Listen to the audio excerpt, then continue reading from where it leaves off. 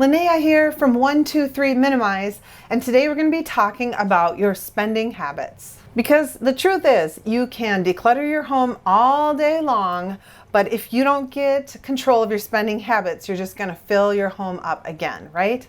So today, evaluate your last 5 purchases and then work on a budget. Remember that all of the things in your home were once money that was once time. So being careful with your money also protects your time. If shopping is a hobby of yours, make a list of other hobbies that you can enjoy.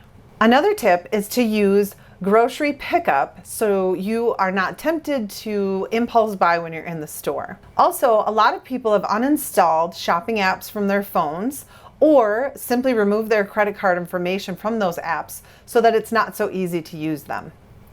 Or if you want to take even a smaller baby step, then put stuff in your shopping cart, like Amazon, and let them sit there for a while. Maybe pick a day per week that you come back and look at those items and reevaluate to see if there's something you actually still want. Chances are a lot of those items you're not even going to want anymore. And if they are, then you know they're probably something that's going to serve you well. I hope these tips help you to make some changes with your spending habits so that you can gain control of the things that you bring into your home. What things have worked for you to improve your spending habits?